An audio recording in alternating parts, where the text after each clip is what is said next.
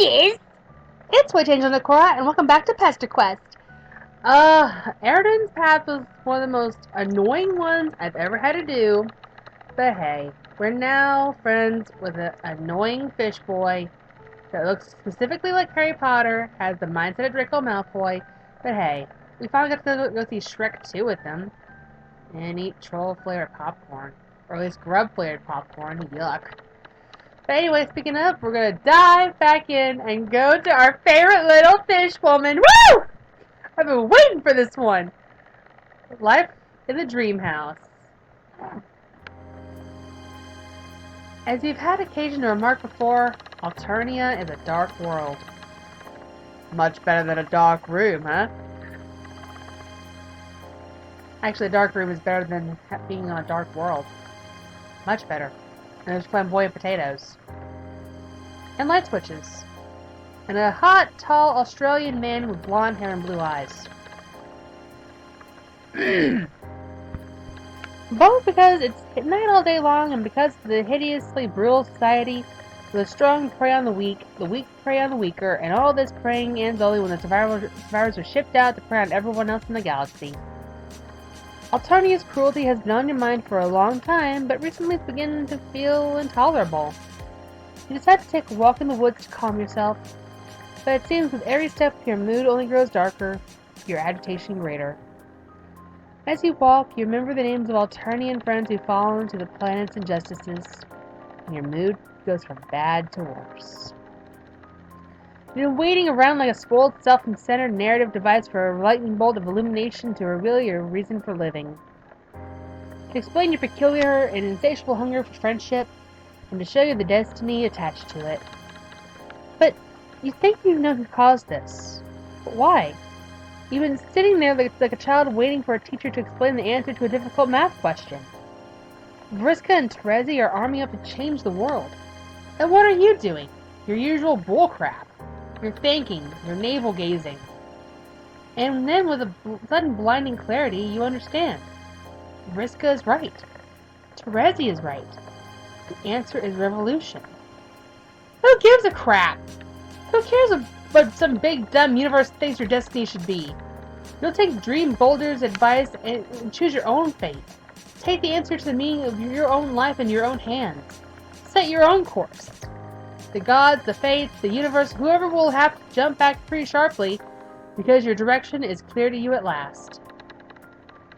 Your agitation turns to indignation. Your indignation to outrage. Outrage to anger. Anger to fury. Fury to ferocity. Ferocity to white-hot resolve. The horrors of this planet have got to stop, and you are feeling particularly dramatic today. Doubtless due to in part of the shift in narrative tone and general prose quality in this episode. So now is the time. Alternia's cruelty and violence had upset and shocked you since you have arrived. But as more and more of the population suffering under the wrongs have become your personal friends, it has become unbearable. You've been wondering all along, who will make it stop? Now you know the answer. If you're the main character, then you've got to be the one to get the ball rolling. And you've seemingly begun to suspect that you can't die, for reasons seemingly tied to your function as a narrative device. So that's a bit of characterization you can bring to bear.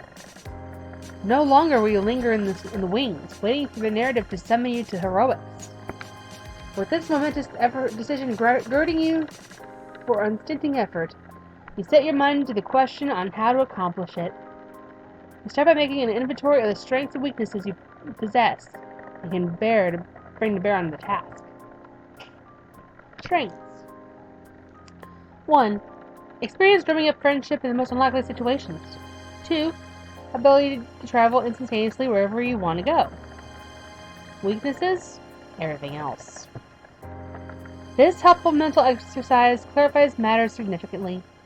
See clearly that the only way for humble, single beings such as yourself to change Alternia is to go directly to the point of maximum leverage. In other words, straight to the top. You'll need, both your resources in this quest. You'll need to travel superhumanly and superluminally into the immediate company of Alternia's ruler and throw your full friendship game on them. with the objective of persuading them to initiate reforms, change rules, and set the planet on a course to civilization. But your darling intellect realizes something else. It won't be easy. The ruler of a world such as Alternia must be a fearsome, fell creature, a monster of no ordinary loathsomeness and cruelty. On Alternia, you've seen gigantic ravening Luci, genocidal clowns, murderous high-bloods, and every kind of grisly crime, to a point making belief in Santa Claus almost impossible. It stands to reason that the leader of such a world must be the cruelest, gruesomest, most terrifying being of them all. A being of a nearly impossible evil. For the first time since this planet got fire in your mind, a whisper of doubt creeps in.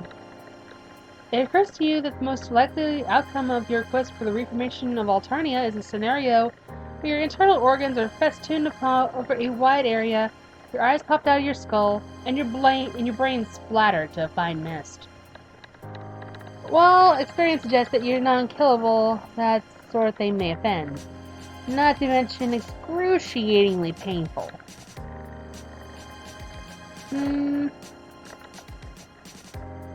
I'd say press on fearlessly. Scorning all difficulties, you decide to press on fearlessly with your quest. You gather yourself, consign your soul to heaven or whatever, and prepare for the worst. You close your eyes and think, take me to the highest being on Alternia. Then you grit your teeth and prepare for the ultimate horror. You feel this familiar sensation of superhuman/superluminal travel, and the world changes around you, rendering you from somewhere else. Somewhere that feels quite different than your previous forced location. Very different, actually. A lot wetter. We're underwater! It quickly becomes apparent that there's good news and bad news. Hey, Feferi! You're so pretty! The good news is that instead of an eldritch monster, you've materialized next to a rather pleasant-looking troll girl with fins on her head and wearing goggles and a tiara. The bad news is that you're drowning, as you seem to materialize in the middle of an ocean. Club! Help! Your own greeting may have seemed a little less cheery than it consists of thrashing wildly with your eyes bugging at you trying not to inhale, while trying to concentrate on zapping yourself the heck out of there. The troll girl watches in astonishment, but suddenly seems to understand. You see her take a big breath of water through some gills on her neck, and then something starts to come out of her mouth. A bubble. Oh, she can summon bubbles like that. That is so cool! The bubble expands and expands until you feel its boundary break over you, and suddenly you can breathe. You collapse coughing and gasping onto its floor, which feels like the inside of a huge submerged balloon, yielding but effectively keeping the water at bay. The troll girl sits across from you at the bottom of the bubble, studying you curiously and anxiously. Glub, glub, glub! Are you okay? Recovering from your brush with drowning, you're able to notice with relief, despite your conversational quirks. She looks friendly, even glad to see you. You try to say something, but all that comes out of your mouth is water and a sputtering sound. I don't speak whatever language that is. It's very pretty, though. You burp and some water trickles out of your ears. Whoopsie!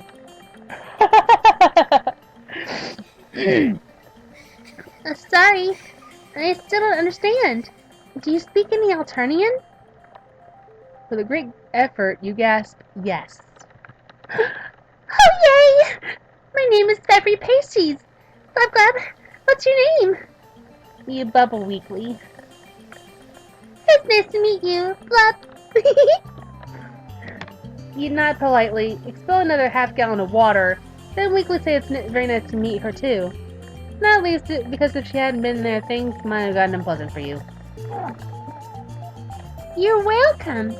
But what are you doing here? Almost nobody comes this way. It's not really on the way to anyone new here.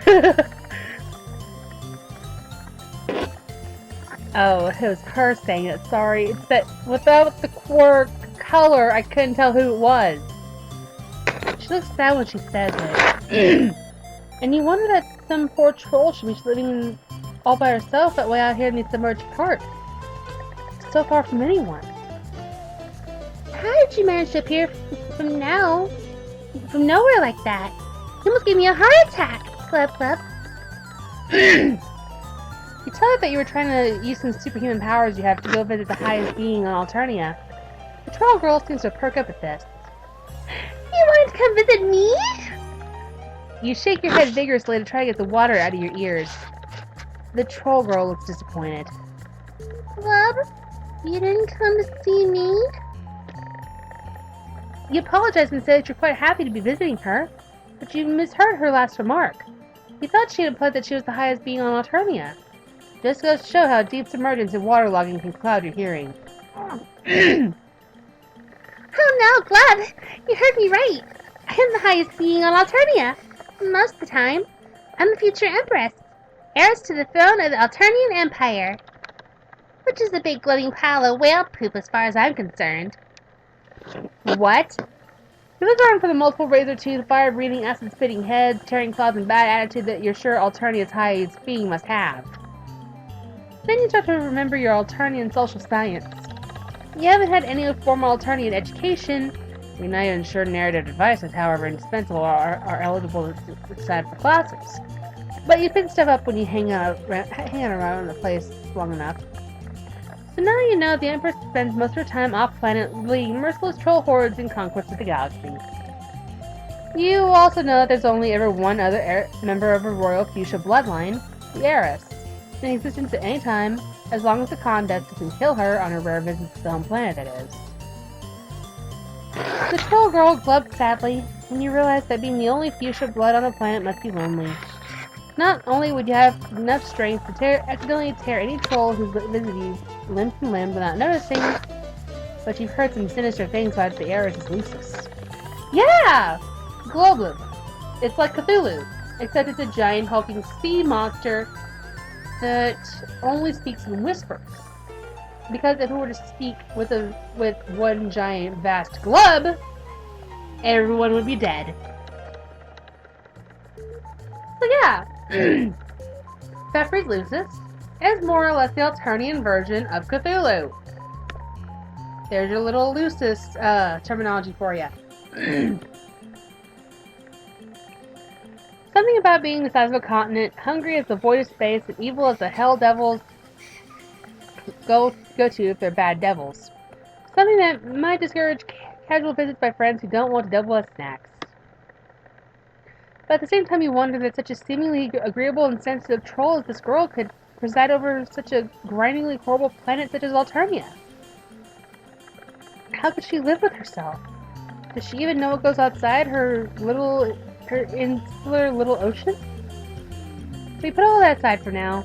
Here you are, right where you wanted to be when you made your master plan for Alternian reform. You haven't been devoured, dismembered, or decapitated, and the person you wanted to persuade seems eminently persuadable, not to mention friendable. So you're ahead of the game so far. Time to take full advantage. Your Royal Highness, you begin. Glub, call me Fef, Glub.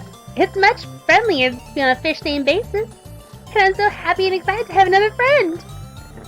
Perfect. Phase 1 of your plan seems to have practically accomplished itself, but there's no time to waste. As the air in the bubble your new friend created is starting to get stuffy, and you know you're going to have to zap out of there pretty soon.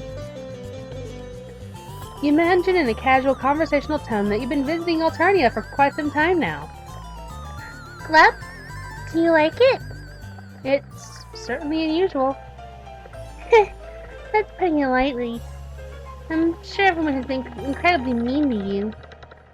Well, yes, to start off with at least.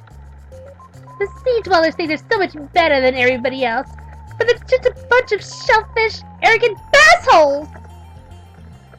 The high bloods prey on the low bloods, and no one cares how others feel, or even if they live or die. Drones fly around, killing everybody weak or useless. Oh, she seems to know. Maybe she's got plans of her own. Phase 2 of your plan is half in the bag already. You feel dizzy suddenly at how your quest is working out without the least effort on your part, and also from lack of oxygen. You're gasping for breath, and darkness is gathering around the edges of your vision. In about a minute, you're going to pass out from oxygen deprivation. What's to be done? Um,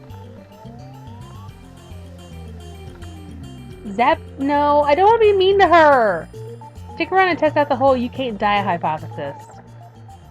You're fading fast. A black tunnel is closing around you and... Oh! Glub, are you okay, Blub? For reply, you clutch your throat, fall heavily to the floor, and lose consciousness. Oh my god! I want her room! I'm not kidding, this is beautiful! I would do anything to have a room remodeled to look just like this. It's absolutely gorgeous. It's literally underwater royalty, and I am 100% for it. Just, can we make it more gothic? I'm more of a gothic kind of style, please. You gradually regain consciousness, and as you do, you realize that the air is going through your lungs. Fresh, oxygenated air. The most beautiful thing you've ever felt. You realize that you're also in a palatial, although messy bedroom, and while you can see underwater realms outside the windows, the room itself is dewatered. Oh, she got a little palm frond. So precious. The fresh air seems to be coming from a huge conch shell sitting on the floor nearby and humming quietly like an air purifier. You're swooned on a chaise lounge, and Feferi Peixes is fanning you with a large palm frond. Glub, are you alright, Blub? Why didn't you tell me you couldn't breathe? You scared the pissing out of me. Or piscine, actually. Piscine is like a fish term. I'm not a marine biologist, okay? You struggle upright and try to smile bravely. You apologize for scaring her, but observe that one of the symptoms of not being able to breathe is not being able to talk. You thank her effusively for saving you. Glub, that's an Empress's duty. Instead of encouraging people to be mean and hurt each other, she should do just whatever she can to help them. A tear comes to your eye and a lump in your throat when she says that.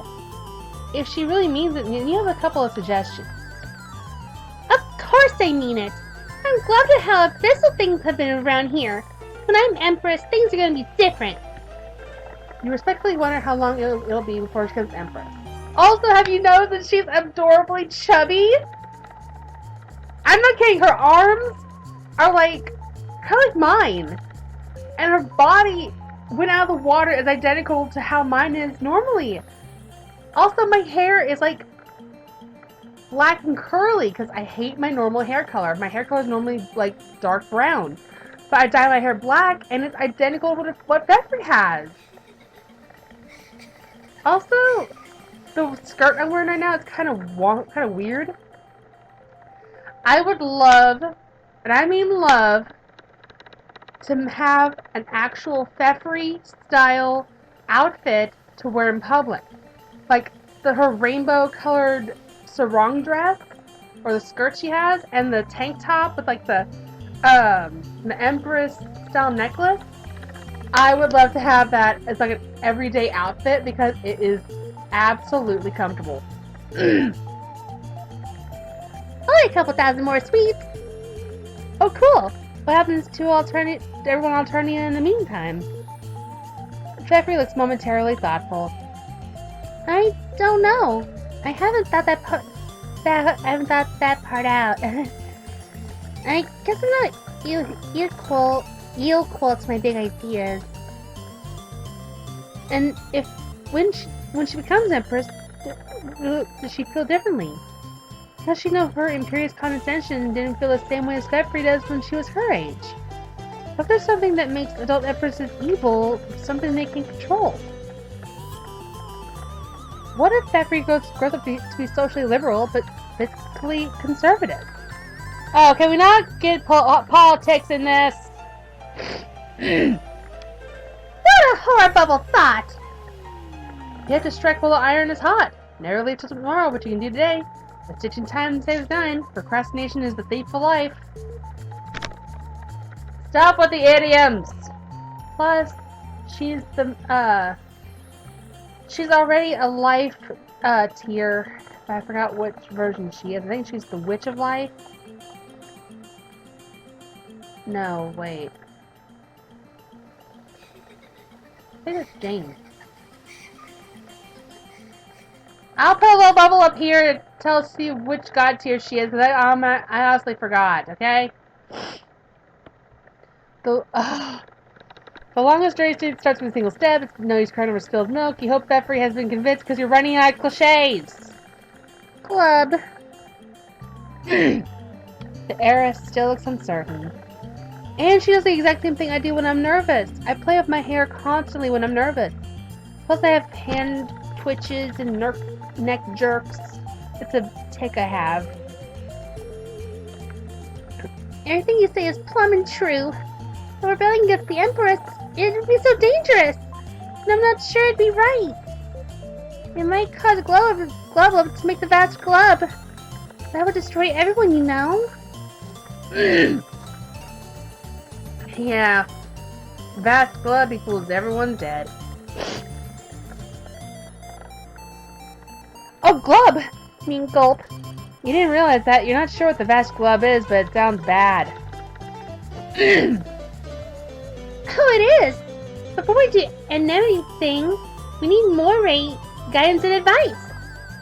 As heiress, I have a special metaphysical periscope, you know? You didn't know that. It sounds made up, but a little metaphysical advice might certainly come in handy at a time like this. Without further delay, the heiress goes to an ornate, jewel-encrusted tube that raises from the floor of her palatial bedroom. It seems to extend into the underwater depths. Through air pressure seems to be keeping the water from flowing through it into the room. She yells into the tube, louder than you would have thought someone so agreeable looking could yell. GLUB, GLUB, GLUB, GLUB, GLUB, GLUB, GLUB! There's a swishing, gurgling sound, and something extends through the tube and into the room.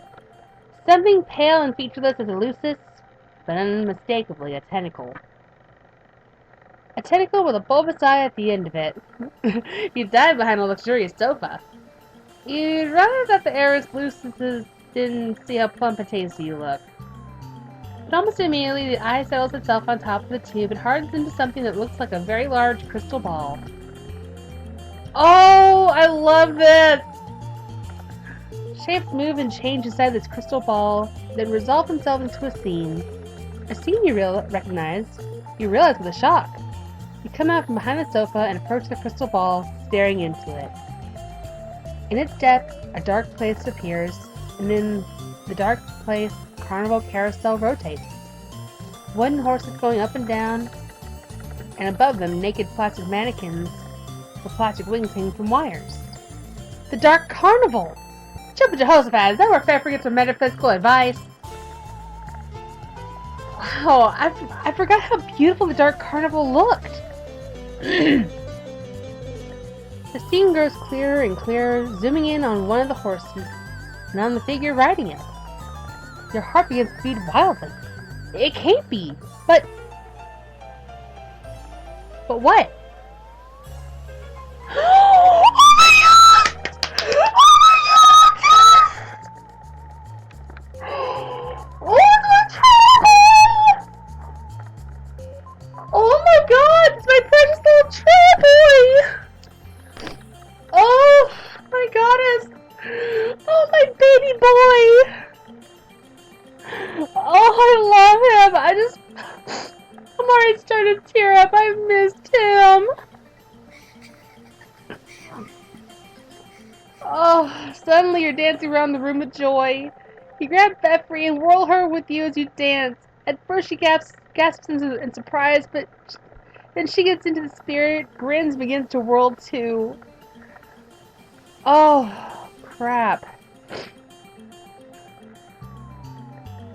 Her strength is so much she spins you like a fan blade, your blood all going to your legs. And when she lets you go, you hit the wall like a bullet and ooze down to the floor. Oh, but as you recover consciousness, your joy is barely containable. You never thought to see that sweet, sweet fellow again, but here he is, and evidently he's come up in the world because he's communicating exclusively with a royal fuchsia blood princess. You're so proud your heart feels about to explode. My friend GLUB here. They have a plan. Well, you wouldn't go that far. I'm just not sure what to do. Honk, honk, honk, honk, honk, honk. Karako, my sweet little boy. Don't make me a plushie of this sweet little troll. I just want to hug him so bad. I love this little sweetheart. Oh, my little boy. Just hold on. Feferi adjusting controls on the bejeweled tube. It must be the translation controls because in mid-sentence, Karako's remarks change from semantic honks into conversational language forms. And when they do, you realize that this isn't the same Karako you knew way back when. Honk, honk. What you ask is not simple, little one. To truly know the answer, you must learn that there is much more to your story than meets the eye.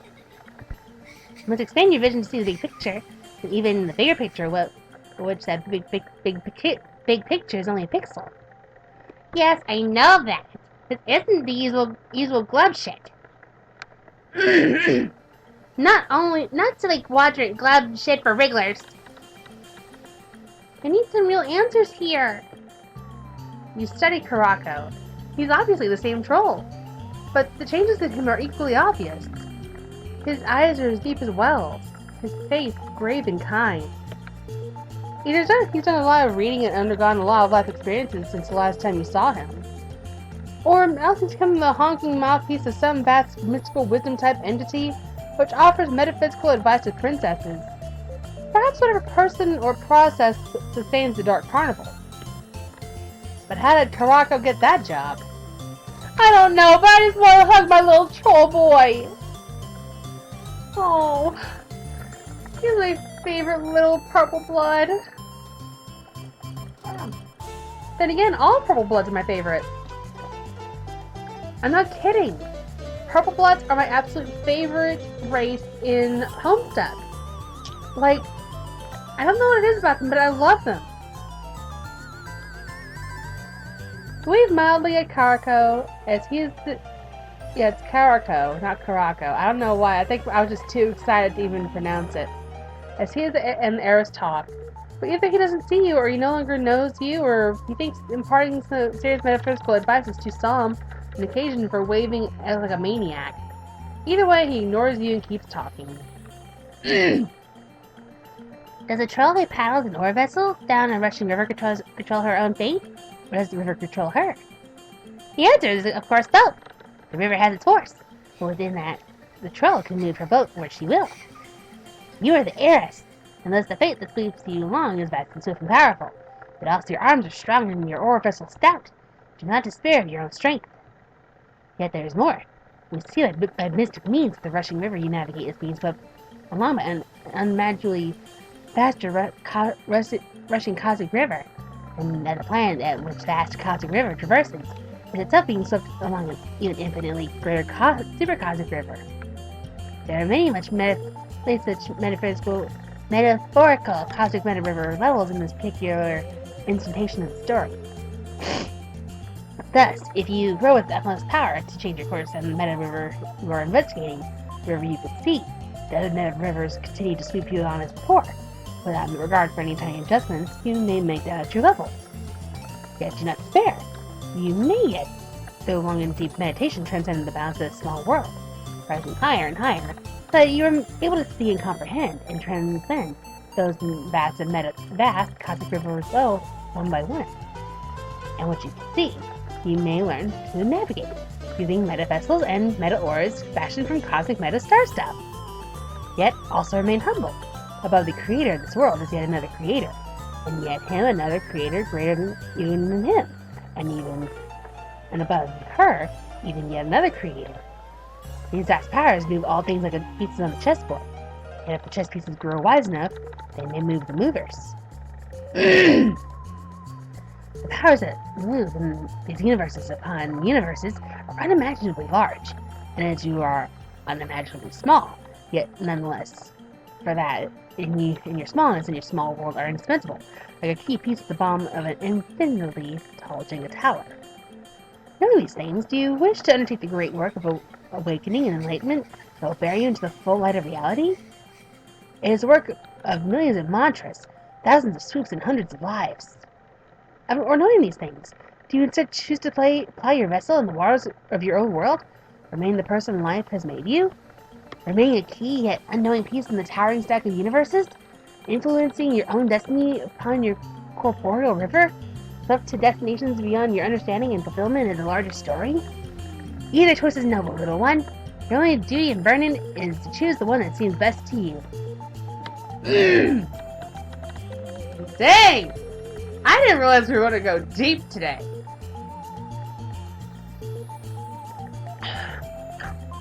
Deeper than a San Andreas fault.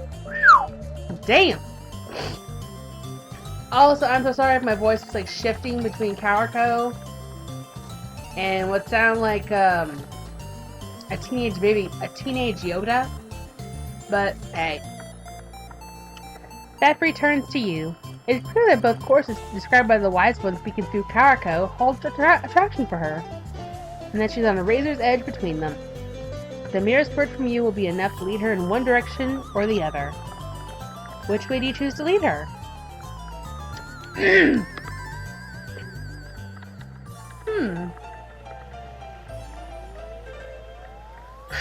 I would normally choose the top one. But I have one rewind scroll with me, so I'm going to hit this one first. And if we screw up, I'll rewind for you. Well chosen, little one. Step forward and tell your marshmallow-like companion to step forward too. A helpmate to share in your worldly efforts is a blessing, and it seems a noble and loyal marshmallow, although a bit manic in the hand-waving department. Then Feferi steps forward, and Calico's hand comes right out of the crystal ball, divides in two, and makes gestures of blessing over your heads. You immediately feel strength and courage coursing through you, and as the loosest tentacle turns back into an eye and withdraws from the tube, you turn to look into Feferi's sparkling eyes, and you see that she is feeling the same intrepid energy. Yay! I think a good portion of that was GLUB shit, but still. He has a really good point somewhere in there. We just can't be canoes, we have to fish. Even at the end of the day, you're just little minnows. We'll be whales to someone. Just to grab her for a dance, but recalling your previous experience, quickly turn the gesture into an offered high five, which she slaps, breaking several bones in your hand. Ouch. What shall we do? You ask her. What's our plan? You feel the ability to accomplish any plan fairly overflowing from you. You have to introduce her to Trezzy and Vriska to start off at least. Blech. Tongue-tied. Yes! GLUB!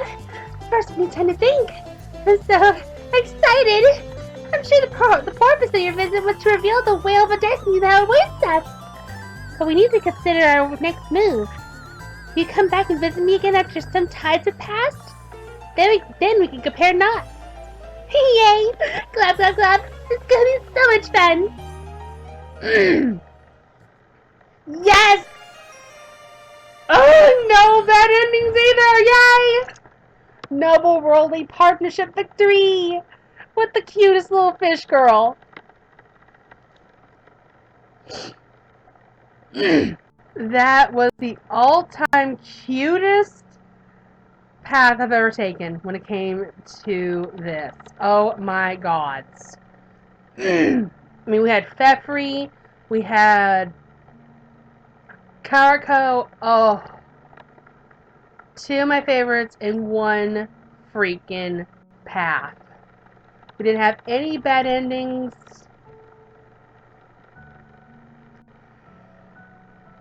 I'm just absolutely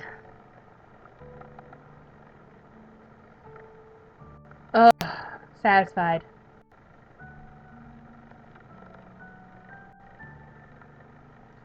Like, absolutely satisfying. I can't express it enough. Just wow.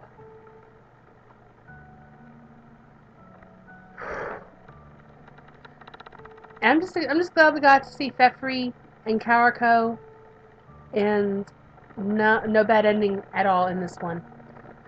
But I'm gonna keep an eye out to see if we get to talk to Dirk, Jake, Roxy, and Jane. And if I see Jane, I'm gonna punch her in the face because what she's going through in Homestuck 2. Seriously, seen that public asshole. But anyway, that was Feferi's route. I am super happy, and hopefully, What Pumpkin will come up with alpha storylines for the alpha kids, if possible. But I'll keep an eye out. So this will not be a finale until they come up with like another route or they say it's the last one. So until then, I'm gonna get on out of here. Y'all know what to do. Hit the like button with the big old bibbity bobbity glub. Tricked you that time, didn't I? I'll see you on the next one. Mwah! Stay magical, my friends. Oh, that was so glub and satisfying.